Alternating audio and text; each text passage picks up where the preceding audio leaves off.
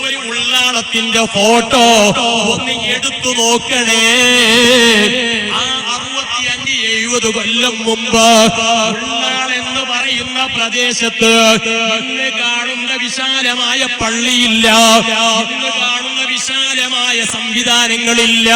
ആ സമയത്തിലാണ് മഹാനായ താജുൽ ഉലമ ഉള്ളാളത്തിലേക്ക് കയറി വരുന്നത്.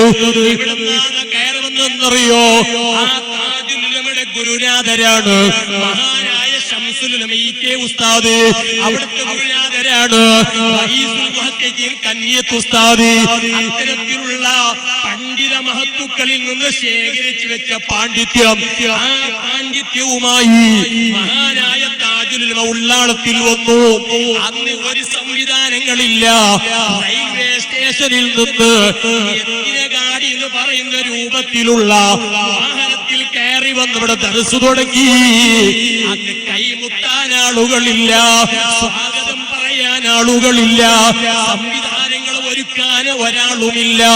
അന്ന് സയ്യിദ് മദനി തങ്ങളെ ദർബാരില് താജുൽ ഉലമ എത്തിയപ്പോ കർണാടകക്കാരായ നമ്മള്, പ്രത്യേകിച്ച് ദക്ഷിണ കന്നഡ ജില്ലക്കാരായ നമുക്ക് വലിയ ഇസ്ലാമിന്റെ വെളിച്ചം ഇവിടുന്ന് കിട്ടുകയാണ്.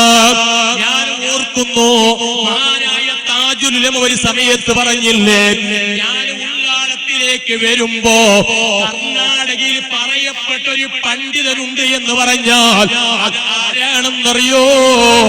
അദ്യാർ കണ്ണൂർ മുഹമ്മദ് ഹാജി. അയാളല്ലാത്ത ഒരു പണ്ഡിതനില്ല, ഒരു പ്രാസംഗികനില്ല, ഒരു മുദർരിസില്ല. ആ സമയത്തിലാണ് താജുൽ ഉലമയുടെ വരവ്. അങ്ങനെ താജുൽ ഉലമ ഉള്ളാളത്ത് ദർസ് തുടങ്ങി. എത്ര പണ്ഡിതന്മാരെയാണ് സമൂഹത്തിന് സമർപ്പിച്ചത് എണ്ണിയാൽ തീരുമോ?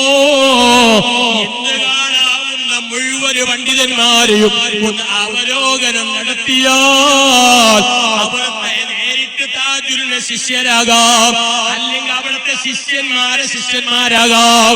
ഇങ്ങനെ ആയിരക്കണക്കുള്ള പണ്ഡിതന്മാരെ സമൂഹത്തിലേക്ക് സമർപ്പിച്ച അഗ്രഗണ്യരായ പണ്ഡിതരാണ് മഹാനായ താജുൽ ഉലമ.